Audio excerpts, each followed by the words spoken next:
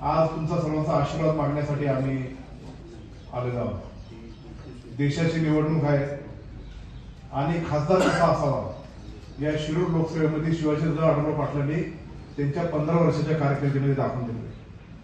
पक्ष जरी वेगळा असला तरी जनतेच्या प्रति काम करण्यामध्ये त्यांनी असेल, वल्लभशेठ बेनके साहेबांनी असेल, वळसे पाटील साहेबांनी असेल, हे अत्यंत चांगल्या पद्धतीने काम केलं। मागच्या निवडणुकीला एक नवा दमाचा खासदार निवडून देण्याचं काम आपण सर्वांनी केलं, पण त्या 5 वर्षामध्ये ज्या पद्धतीने त्यांच्या जनतेकडे अक्षरशः दुर्लक्ष केलं आणि त्यातून आपल्या लोकांचा अत्यंत खूप मोठ्या प्रमाणामध्ये भ्रम निर्माण झालेला आहे। ठीक आहे, उमदा आहे, सुशिक्षित आहेत, देखणा आहेत, बोलण्यामध्ये अत्यंत हुशार आहेत, पण लोकांच्या हिताच्या दृष्टिकोनातून त्यांच्यामध्ये समरस ज्या पद्धतीने काम केले गेलं पाहिजे होतं ते काही होताना आपल्याला दिसून आलेलं नाही।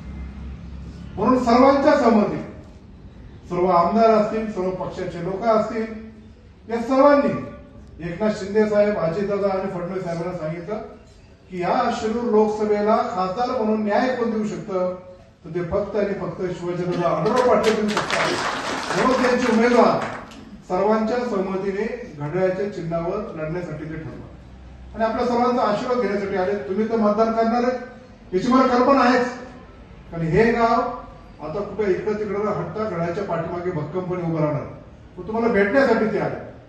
अनेक गोष्टी आहेत, फक्त एकच गोष्टीचा मी उल्लेख करतो। राजे, हा रस्ता तर आपण केला, पुढचा पण पीएमजीएसचा रस्ता या तालुक्यात 5 ठिकाणी जिथे रस्ते केले त्याची प्रायोरिटी लिस्ट मी आणि पांडुरंग पवारने तयार करून दिली होती। जर प्रायोरिटी लिस्ट मध्ये हे पांडुरंग पवार नसते तर तो रस्ता बसताच नसता असं मी तुम्हाला सांगतो। प्रत्येक तालुका एक वेगवेगळे टार्गेट येतात, कारण आपलं जे नेतृत्व करत होते देशामध्ये किंवा तिकडे प्रतिनिधी त्यांना बाकीचं काही समजत पण नव्हतं, समजून घेण्यामध्ये रस पण नव्हता आणि काय ज्या गोष्टी असतील ते फक्त बोलण्यापुरतं, गप्पा मारण्यापुरतं, याच्या पुरतं आपण सर्वांनी आजपर्यंत पाहिलं। नेतृत्व जेव्हा निवडून देतो तेव्हा लोकांना आपल्या मतदारसंघामध्ये खासदार नसताना सुद्धा त्यांनी खूप मोठ्या प्रमाणामध्ये काम आणले। महाविकास आघाडी सरकारमध्ये असताना पण आणले, महायुतीच्या सरकारमध्ये सुद्धा आणले। जे आताचे खासदार आहेत त्यांना कितीतरी पत्र आपण या गावांनी, त्या गावांनी, पलीकडच्या गावांनी कितीतरी दिले, पण ते काम नाही करतात। हे काही खासदार होते का? नव्हते। पराभव झाला तरी लोकांच्या हिताच्या दृष्टिकोनातून मला काम करायचे। मुंबईला जर आठवड्याला हेलपाटे मारणार, सामाजिक न्याय असतील, स्टेट बजेट असतील, 25-15 असेल, नगर विकास असेल, जलसंधारण असेल, जे जे मला करता येईल, जे जे मला मागणी करता येईल ते मागायचं काम केलं। नेत्यांनी पण काही कमी केलं नाही, माणूस काही थांबला नाही। म्हणून हक्काचा, अधिकारवाण्याचा, कामाचा माणूस आपल्याला निवडून द्यायचा आहे, नुसता पोपटपंची करणारा निवडून द्यायचा नाही।